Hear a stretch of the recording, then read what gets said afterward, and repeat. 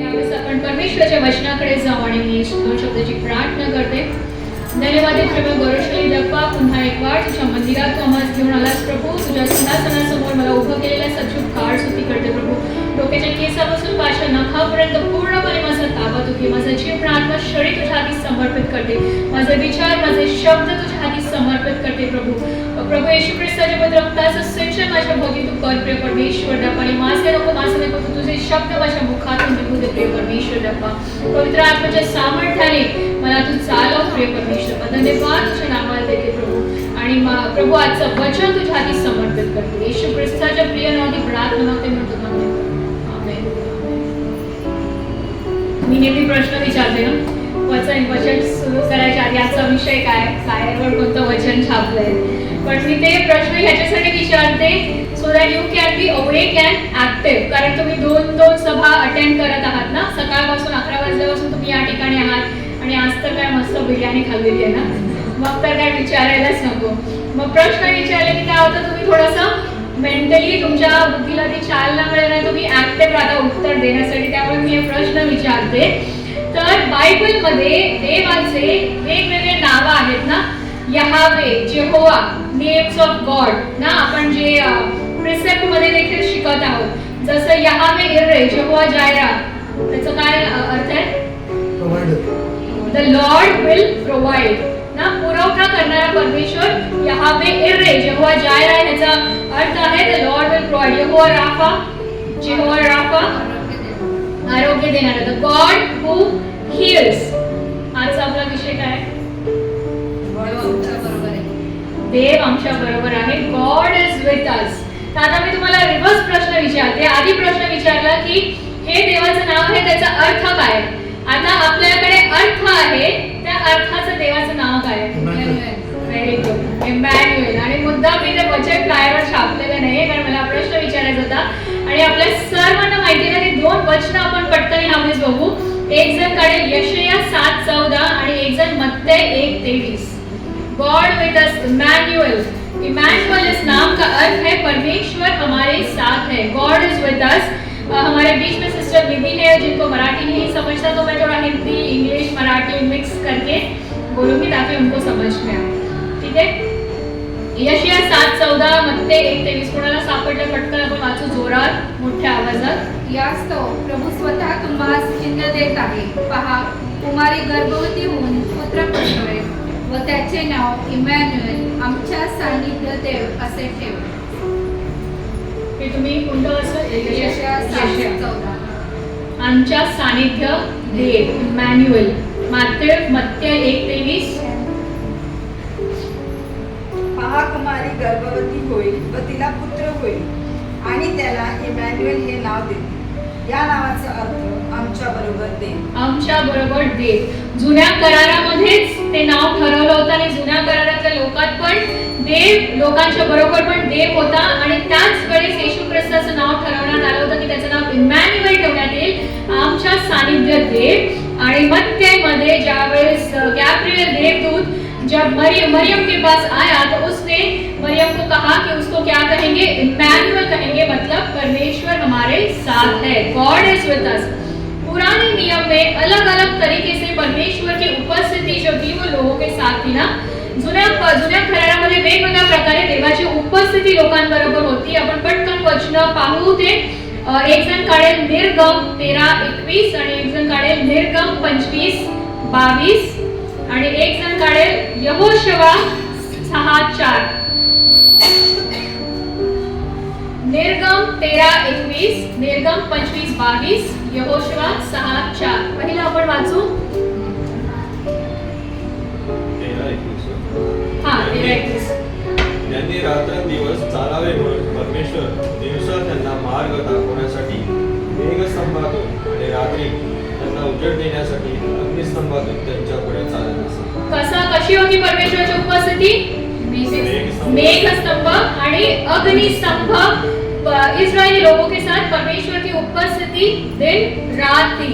और एक तरीके से परमेश्वर की उपस्थिति लोगों में थी. हम देखेंगे निर्गमन की किताब 25वां अध्याय 22वें वचन में.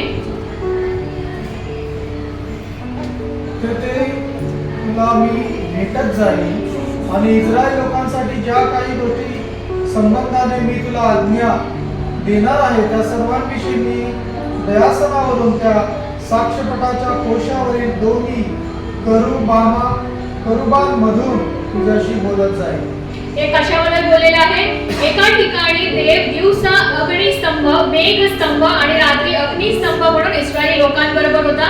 आणि ह्या ठिकाणी निर्गमन 25-22 मध्ये परमेश्वर काय सांगत होते? किस रीति से परमेश्वर इस्रायली लोगों के साथ था इन द फॉर्म ऑफ क्या है, किस बारे में बोला है वहां पे? Cloud of pillar of cloud and the ark of the covenant. Yes, the ark of the covenant, कराराचा कोश. कराराचा कोश जो होता, वाचा का संदूक जो था, उसके ऊपर परमेश्वर की उपस्थिति थी और उस जगह से परमेश्वर क्या करता था? अपने लोगों से याजकों के द्वारा बात करता था. आणि ज्यावेळेस परमेश्वराची उपस्थिती असते तर काय होतं? यहोशुआ 4:6 आणि 20. Joshua 6:4 and 20. जब परमेश्वर की उपस्थिति हमारे साथ होती है तो क्या होता है? God is with us. अपना विषय है ना, Joshua 4. 6:4 आणि 20. 7 याजकांनी 7 रणशिंगे घेऊन कोशापुढे चालावे. 7व्या दिवशी तुम्ही नगराला 7 प्रदक्षिणा घालाव्या आणि याजकांनी रणशिंगे उभारावे. काय सांगतो देव? देवाची उपस्थिती घेऊन प्रदक्षिणा घालायला लावतो. कुठे? The wall of Jericho. Jericho. येरिकोची जी भिंत असते, व्हॉट इज द जे कराराचा कोश आहे, it is a representation of God's presence. त्या कराराच्या कोशामध्ये देवाची उपस्थिती होती आणि देव त्यांना सांगतो की माझ्या उपस्थितीला घेऊन तुम्ही काय करा? त्या भिंतीभोवती काय करा? प्रदक्षिणा घाला. आणि ज्यावेळेस देवाची उपस्थिती असते त्यावेळेस काय होतं? 20व्या वचनामध्ये, तेव्हा लोकांनी जयघोष केला आणि रणशिंगे वाजत राहिले. रणशिंगांचा आवाज ऐकताच लोकांनी मोठ्याने जयघोष केला आणि तट जागच्या जागी कोसळला. काय झालं? तट कोसळला, भिंत कोसळली. ज्यावेळेस देवाची उपस्थिती आपल्या बरोबर असते, कितीही मोठी भिंत आपल्या समोर असो, कितीही मोठे संकट आपल्या समोर असो, कितीही मोठे विरोधक आपल्या समोर असो, ज्या वेळेस तो कराराचा कोश आपल्या बरोबर आहे, ज्या वेळेस देव, God with us, that Emmanuel God is with us, ज्या वेळेस तो देवाची उपस्थिती दिवसा मेघस्तंभ आणि रात्री अग्निस्तंभ म्हणून आपल्या बरोबर असतो, त्यावेळेस काय होतं? भिंत कोसळते, विरोधकाचे तोंड बंद होतात. त्या कराराच्या कोशामध्ये किती वस्तू होत्या? आपण पटकन बघू का? एरोनची छडी, आपण बघू वचनातून. ball of manna Yes. and tablets. Yes. So we will see that in Hebrews 9:4. इब्रानियों की किताब 9:4 में देखेंगे हम. इब्री लोकांपत्र 9:4 मध्ये आपण बघू. 3 गोष्टी होत्या ना कराराच्या कोशामध्ये.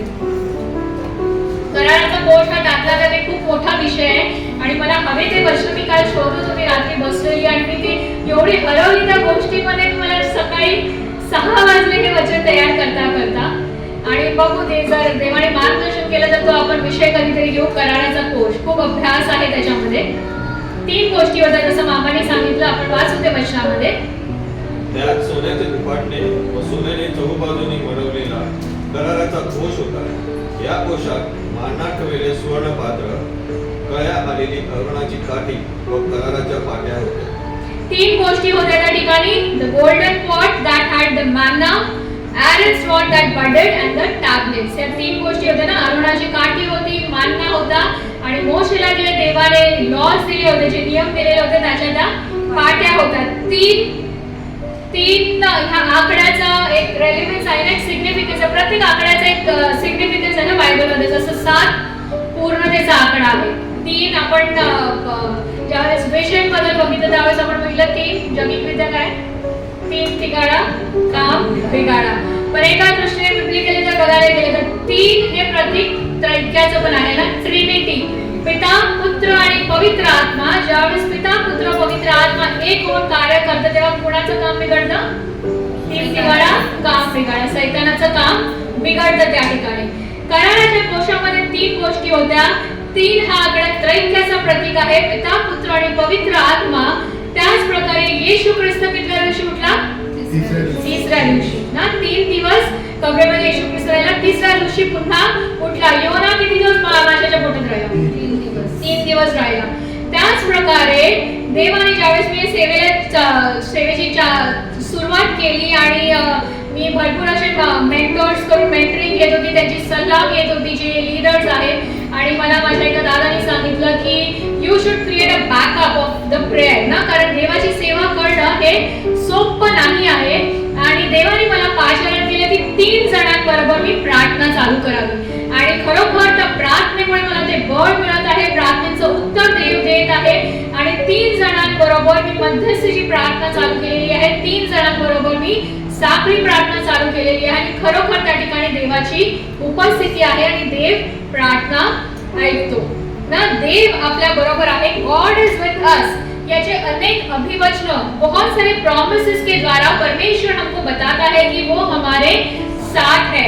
जैसे कि अब सारे वचन में आपको पढ़ने नहीं लगाऊंगी, मैं आपको रेफरेंसेस देती हूँ.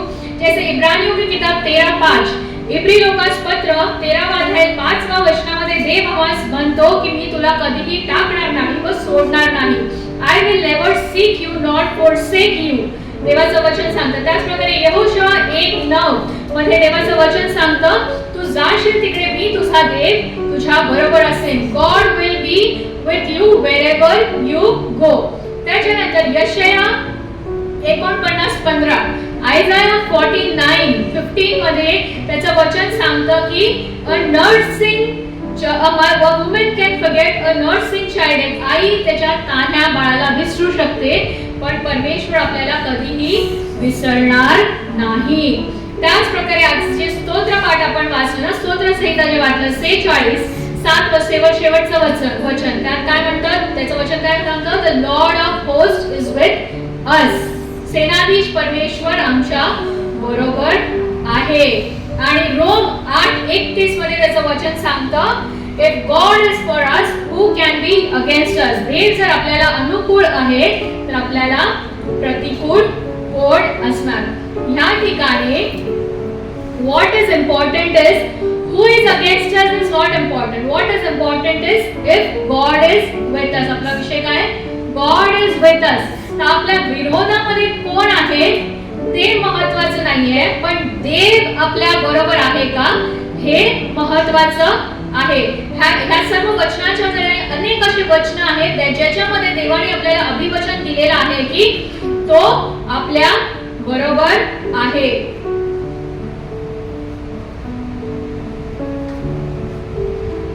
आणि ज्यावेळेस देव आपल्या बरोबर आहे तर आपल्या विरोधात कोण आहे त्याचा आपल्याला फरक पडणार नाही. Because if God is with us, the people who are against us they will either get on our side or they will get aside.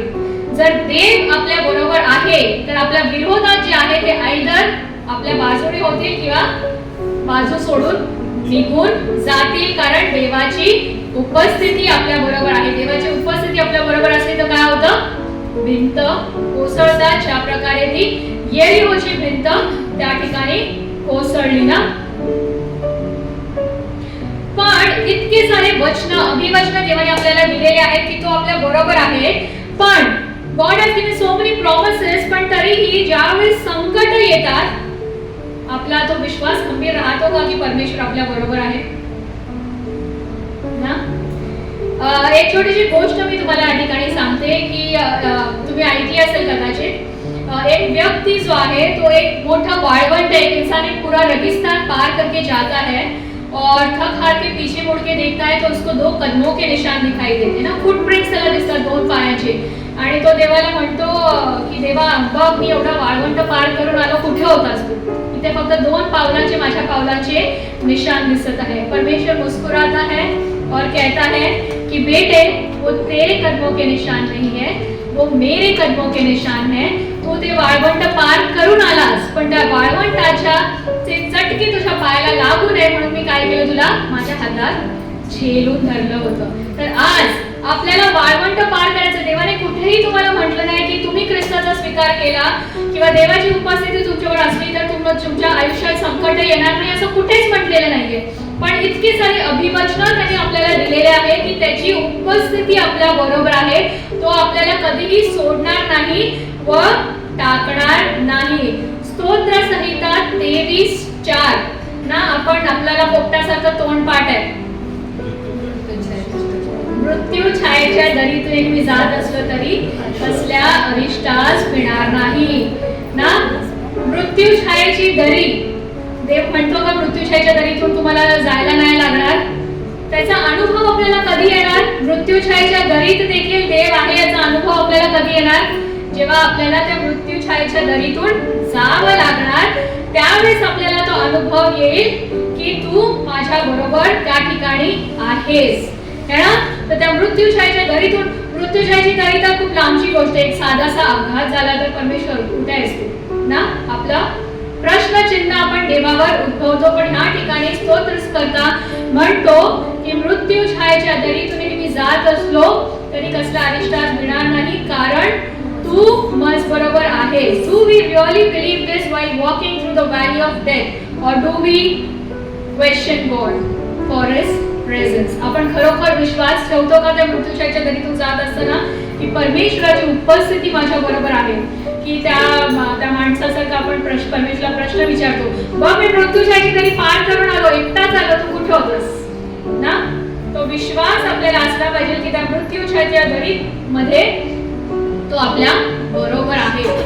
स्तोत्र संहिता 91 पण आपल्याला तोंडपाठ आहे ना.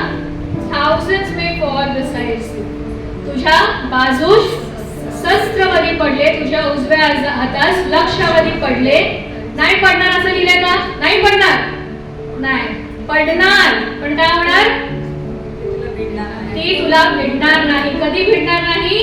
जर परमेश्वराची उपस्थिती तुमच्या बरोबर आहे, तो विश्वास जर तुम्हाला आहे तर ती तुम्हाला भेडणार नाही. मृत्यू छायेच्या दरीतून तो आपल्याला पार करेल. ते तुमच्या बाजूस कितीही समस्या असल्या, प्रॉब्लेम्स असल्या तरी त्या तुम्हाला भेडणार नाही.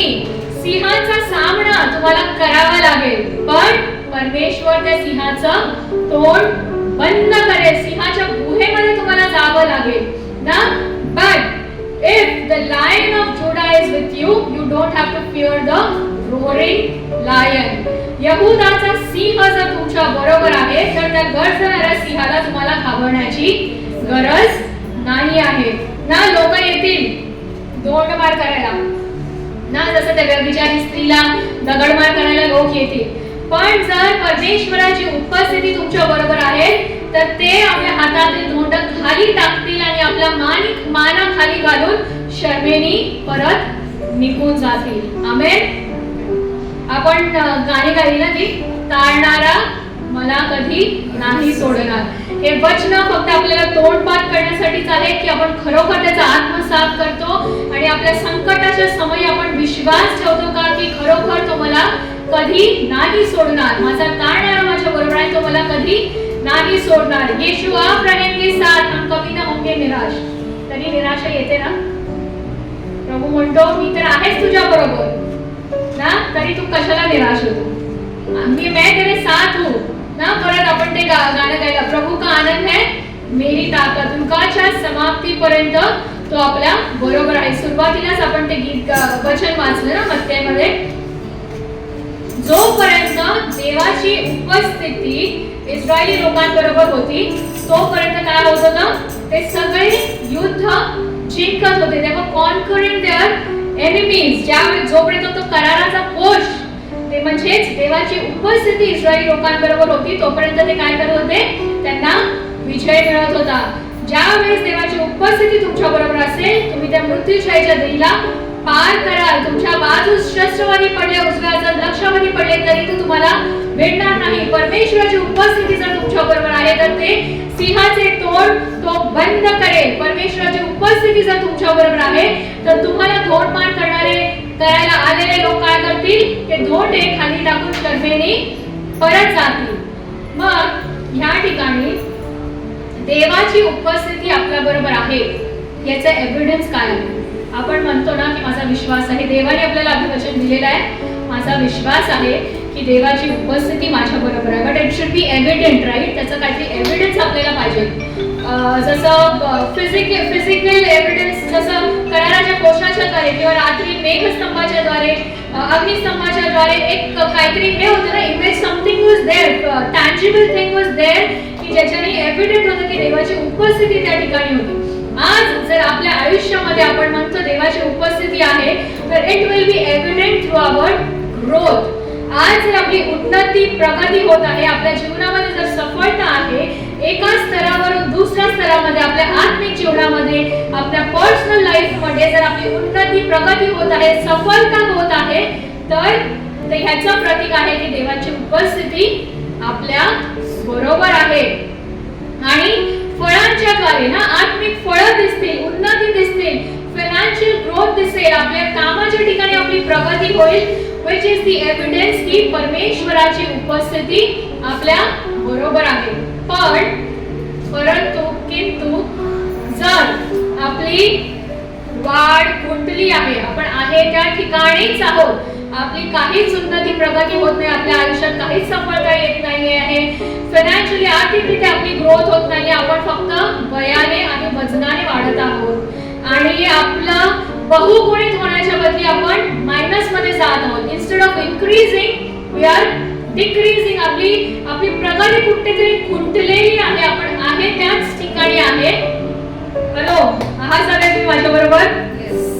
जर आपली वाढ खुंटलेली आहे, जर आपण फक्त वयाने आणि वजनाने वाढत आहोत, आपली बाकी काहीच वाढ जर होत नाही, तर वो खतरे की घंटी है. त्याचा अर्थ असा आहे की आपला कराराचा कोश जो आहे तो बलिष्ठी लोकांनी लंपास केलेला आहे. देवाच्या उपस्थितीपासून आपण वंचित झालेलो आहोत, देवाची उपस्थिती आपल्यामधून निघून गेलेली आहे. त्यामुळे काय झालेलं आहे, आपली वाढ या ठिकाणी खुंटलेली आहे. त्यामुळे ती देवाची उपस्थिती आज आपल्यामध्ये असणं खूप गरजेचं आहे.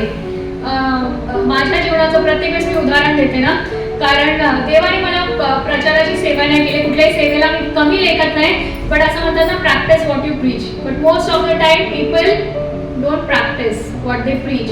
So my ministry is not preach and don't practice. My ministry is learn and then teach. My calling is of a teacher. त्यामुळे मी प्रश्न विचारते नाही एवढे. तर माझी जी सेवा आहे ते शिक्षकाची आहे, त्यामुळे परमेश्वर मला शिकवण्याच्या आधी स्वतः शिकवतो आणि माझ्या आयुष्यामध्ये मी स्वतः अनुभव केलाय. खूप साऱ्या संकटातून मी गेलेली आहे. त्यातले बरेच काही मी गोष्टी तुम्हाला शेअर केले, जे माझ्या जवळचे लोक आहात, तुम्हाला काही गोष्टी माहिती आहेत. पण ह्या सर्व संकटातून जाताना देखील आज मी एकटी खंबीर उभी आहे आणि आज तुमच्या समोर उभी राहून देवाचं वचन सांगत आहे. एकाच गोष्टीमुळे की मी ती विश्वास आणि आशा सोडली नाही की देव माझ्या बरोबर आहे. God is with me, God is with you. तो विश्वास आपल्याला ठेवणं गरजेचं आहे. इब्री लोकांस पत्र याचा 13वा अध्याय आणि 18वा वचन मध्ये त्याचं वचन सांगतं की Jesus Christ is the same yesterday, today and forever. तो काल, आज आणि युगानुयुग सारखाच आहे. अब्राहम, इसाक आणि याकोबाचा देव आहे. तो मोशेचा देव आहे, जो दिवसा मेघस्तंभ आणि रात्री अग्निस्तंभ म्हणून इस्रायली लोकांबरोबर होता. तोच देव आज आपल्या बरोबर आहे. अजून एक स्टोरी सांगून मी समाप्त करते. यावेळेस एक स्टोरी मी तुम्हाला छोटीशी सांगितली आणि अजून एक मी एक स्टोरी या ठिकाणी तुम्हाला सांगते की एक गाढवाची स्टोरी आहे. आणि बहुतेकदा लोक आपल्याला गाढव समजतात ना, आयदर गदा मजुरी करणारे किंवा नो यूज असे गाढवला आपण म्हणतो ना, गदा मजुरी करणारा गाढव किंवा गाढवला आपण काही कामाचं नाही ठरवत ना. तर असाच एका मालकाचा एक गाढव असतो आणि तो खूप म्हातारा झालेला असतो आणि मालकासाठी तो तसाही काही कामाचा नसतो आणि त्याची दृष्टी पण अधू झालेली असते. तर त्यामुळे एक दिवशी काय होतं, चालता चालता तो एका विहिरीत पडतो आणि कीप्स यर्निंग फॉर हेल्प. खूप काकुळतेने तो मदतीसाठी ओरडत असतो. गाढवाच्या ओरडण्याचा आवाज ऐकलाय का? विचित्र रीतीने, कर्कश रीतीने ओरडतो ना तो. तर काय होतं, त्या मालकाला त्या गाढवाच्या आवाजाचा खूप त्रास व्हायला लागतो आणि तसाही तो गाढव गदा मजुरी करण्याच्या पण लायकीचा राहिलेला नसतो मालकासाठी. कारण काय असतं, तो म्हातारा झालेला असतो आणि त्याच्या आवाजाचा मालकाला त्रास होत असतो. तो मालक काय ठरवतो, तसाही तो विहिरीत पडलाय, तर तो त्याच्या चाकरांना सांगतो की त्याच्यावरती माती टाका आणि त्याला तिथेच दफन करून टाका, कारण तो काही माझ्या कामाचा नाहीये. मग त्याचे चाकर काय करतात, त्याच्यावरती टाकायला सुरू करतात. जसं त्याची चाकर त्याच्यावर माती टाकतात, तो गाढव काय करतो, ती माती झटकायला लागतो. आणि जसं तो माती झटकतो तशी हळूहळू ती माती त्याच्या पायाखाली साठत जाते. आणि तो दफन होण्याच्या बदली काय होतं, त्या मातीवरती त्याचे पाय वर वर होत जातात आणि तो गाढव त्या विहिरीच्या बाहेर येतो. तर अशाच प्रकारे जरी लोक आपल्याला गाढव समजत असतील, आपण काहीही उपयोगाची नाही, परंतु ज्या वेळेस परमेश्वराची उपस्थिती आपल्या बरोबर असते तर त्या गाढवाचा देखील परमेश्वर उपयोग करतो. येशू ख्रिस्ताला पण गाढवाची गरज लागली ना. लोक भले तुमच्यावरती माती टाको, कीचड़ उछाले लोग आपके ऊपर ना कीचड़ टाको, तरी पण त्याचा उपयोग देव काय करेल, तुम्हाला त्या खड्ड्यातून बाहेर काढण्यासाठी. त्या कीचड़चा उपयोग काय करेल, तुमच्या फेशियलचे पैसे वाचतील ना. राखेतून सौंदर्य निर्माण करणारा आपला देव आहे ना. विरोधकाचे तोंड बंद करणारा आपला देव आहे.